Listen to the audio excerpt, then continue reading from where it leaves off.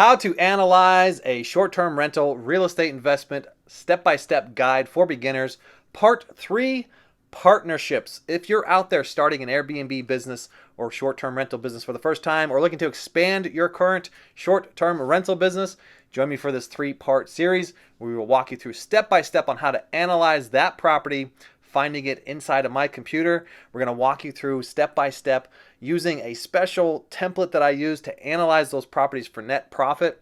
And we're going to do this over a 3-part series. We're going to look at part 1, purchasing the real estate, renting or leasing the real estate in part 2, and last, how to analyze partnership deals.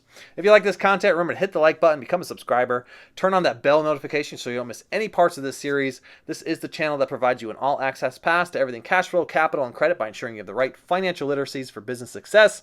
Stop saying you're in a side hustle and start saying, I am open for business. Let's dive in.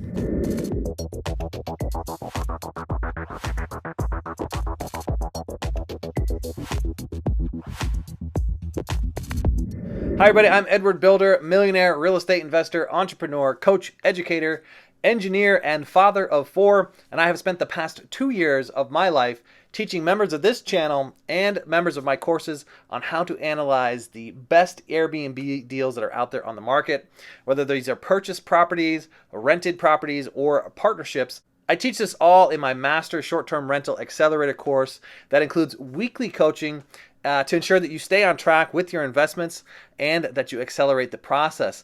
Go with the pro and do what you should do right away and skip all the stuff that's trial and error that you don't necessarily need to do that's going to slow you down. If you'd like to learn how you can join my Master Short-Term Rental Accelerator course, find me in the description and sign up for my email list, and we'll send you all of the details on how to sign up for that master course. Now, in just a moment, we are going to dive into my computer and explore part 3 of this series, which is partnering with a current landlord to open your first short-term rental. Okay, everybody, we're going to dive into my computer. We're going to start out inside of Zillow, and we're actually going to go to an area of upstate New York here, between like Buffalo, Rochester, and Syracuse. We found this position on the map by using our 4 P's: people, places, and path, in order to find the right position so that we could find hotspots within a state. You can do this in just about any state, and then go to AirDNA to analyze to determine if that is actually a hot zone. So you could find that information in this video right here if you'd like to learn how to do that. But for this particular video, we skip that because we already know where our hotspot is. And in this case, it's Skaneateles, New York. Now, remember, we're looking for partnerships, which you have to do a little bit of negotiating with the actual landlords in order to get yourself a partnership. So there is a little give and take here in this overall process. But let's take a look at that exact same property that we looked at for the rental arbitrage model. This was the property that we selected for rental arbitrage. And remember, we had like a net profit of around $55,000 for this particular property. Let's write down a little bit of information. If this is your first time joining us and you want to learn how to do the partnership model, we're going to write down $3,500 a month for rent, and $3,500 is a guess on what the security deposit would be for this particular property. This is a 4-bedroom, 3-bath, 2,379 square feet for this particular property. And let's go over to AirDNA. Now, you can sign up for a free membership of AirDNA. That's airdna.co, and join for a free membership. And you can get this general information up here for free that gives you average daily rates, the occupancy rates, and the revenue. So type in Skaneateles, New York. It's going to bring you to this area right here. And we're going to write down $392 at 84%, because we are going to put that information into my calculator. Now, if you would like to gain access to this wonderful spreadsheet where I calculate all of my deals, I could calculate purchase homes, partnership homes, or leased homes, simply go to the description and sign up for my email list, and I'll be happy to send you this template so you can start analyzing your deals from home. Now, remember, if you watch part 1 and part 2, we always start with furniture. Now, I already cheated a little bit because we did this one already, but right here, we start by entering square footage. Maybe it's 2,000 square foot, but in this case, it is 2,379 square feet. We enter that information there in the top green box next to square footage. And we have this estimated calculator that happened for us that tells us how much the furniture will cost if we are buying it at $10 per square foot or if we're buying it at $15 per square foot. That's a good rule of thumb to get some pretty nice furniture. Now, I'm going to go with the $15 per square feet, and we're going to type in here 35,685 in the light blue boxes. If you go to the light blue boxes, and type in your information in light blue, everything in dark and green will change for you. And over on these pages, all of your information will change as well. Now, you can go into much further detail and you can figure out how much the kitchen, bath, bedroom is exactly going to cost you. But just for this general analysis, let's just stay with estimating here so that we can move right along. All right, I'm going to go over here and click on partnership houses. It looks very similar to if I was renting a property. And I like to keep track of my information. So this is 2,379 square footage, 4 bedrooms, 3 bathrooms. And I found it on Zillow. I like to put down the realty contact and the property address so that I can save it for later. Now, to use this here calculator, you only have to enter information in these light blue boxes over here, and everything over here will change for you automatically. So simply start by, we're going to put in, now these are partnerships. I'm going to start by putting in the cost of rent and the cost of that security deposit at $3,500. Now, because this is a partnership, we know that we're actually trying to remove the monthly rent and remove that down payment. So that actually cost us nothing.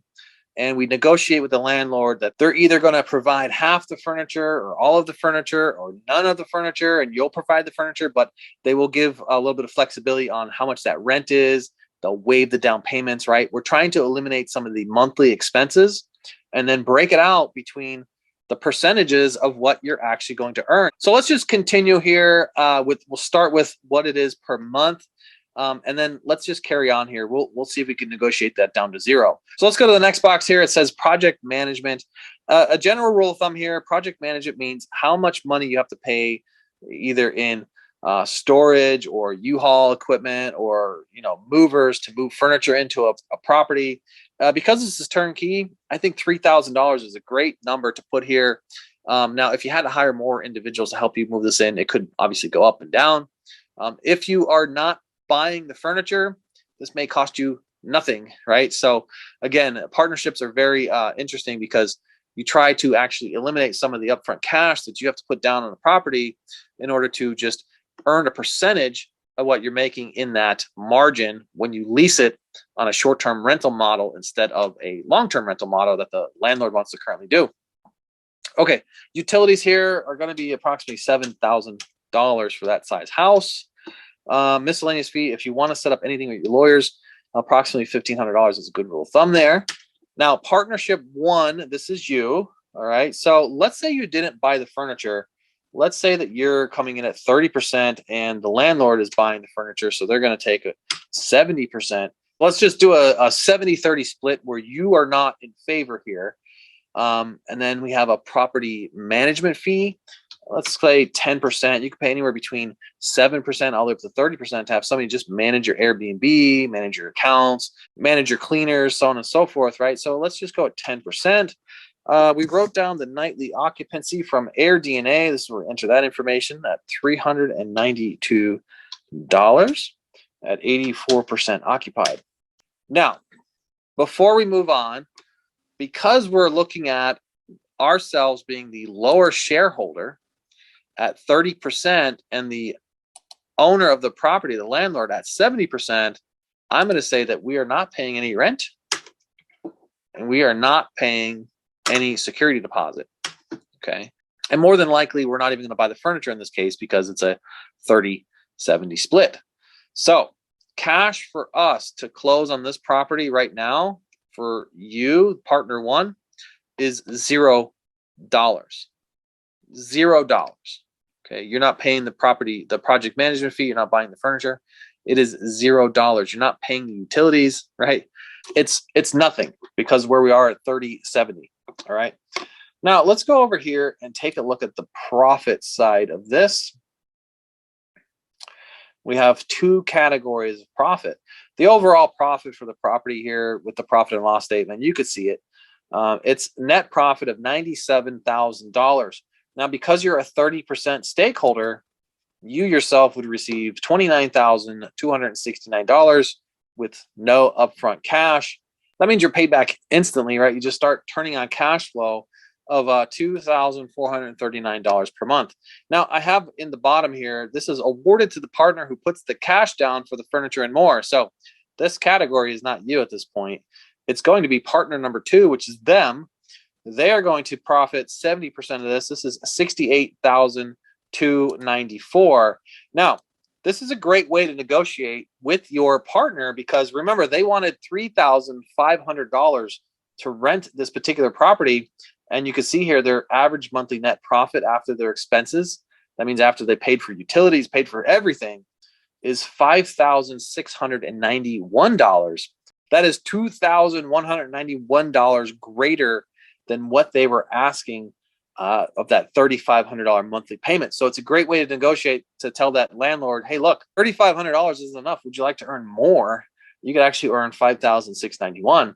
And notice that their payback here, cash on cash return for having to put that furniture down is 183%. They get paid back in 6.5 months. That is very easy for a landlord to do if they are buying the furniture. Now let's negotiate here that you're going to buy the furniture. And we're going to go over here and change this because if you're buying the furniture, you could almost say that a 50-50 split. So we're going to change these percentages to a 50-50 split. So now the cash on cash return is awarded to you because you put down the cash for the furniture and more. So here you see that your cash on cash return is 131% at 9 months. But notice that your net profit after expenses now went up. So you're profiting $48,781 at $4,000 per month. This is very similar to where we were if we did the rental arbitrage model, coming in at approximately $4,500. This is a little bit better for you because you don't have to have the pressure weighing on you that you have to pay that monthly rent because the landlord is claiming the 50%. And it's good that they're in at 50% because you notice here they are getting $4,065, slightly higher than what they are asking for at $3,500 just in their monthly rent. But they will have a net profit after expenses of $48,781. It's not bad, and you could play with these numbers as much as you want. I mean, even if you were at a 40% and they were at 60%, you would still see a pretty generous profit here. $3,252, $40,000 for the year. You paid for the furniture. Your cash on cash is within the year, still pretty good. And for them, they are gaining now $4,878. Now, there's no right or wrong way of doing this because this is all negotiated between yourself and that landlord. But remember, they already want a minimum of $3,500. So if you're going to present them a deal that tells them that they're going to make less than $3,500, it's going to be a no deal for them. But if you could show them a deal where they're going to profit greater than $3,500, this is a pretty excellent model to go with.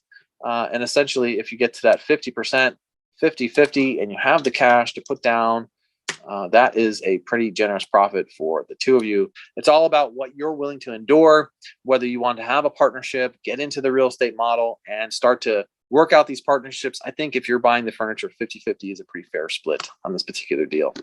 I'd like to thank you all for joining me for another video today. Remember, if you want to grab that free template on how to analyze your short-term rental, join my email list. Become a subscriber, go to the description, enter in your email, hit subscribe, and you'll get a notification back that you've joined the email list, and I'll be sure to send you out that free template. And remember, that is the way to access my Master Short-Term Rental Accelerator course, where you get live coaching weekly to ensure that you are on track with your investments and that you accelerate the process. Remember to become a subscriber through my email list and you will get all the information on how to join the Master Short-Term Rental Accelerator course. I hope to see you guys on the other side. Remember, if you'd like to set up some time with me for one-on-one coaching, you could also find me through the description. I hope you all get out today and take these actions to change your futures for tomorrow. I'll catch you guys all in the next one. Bye for now.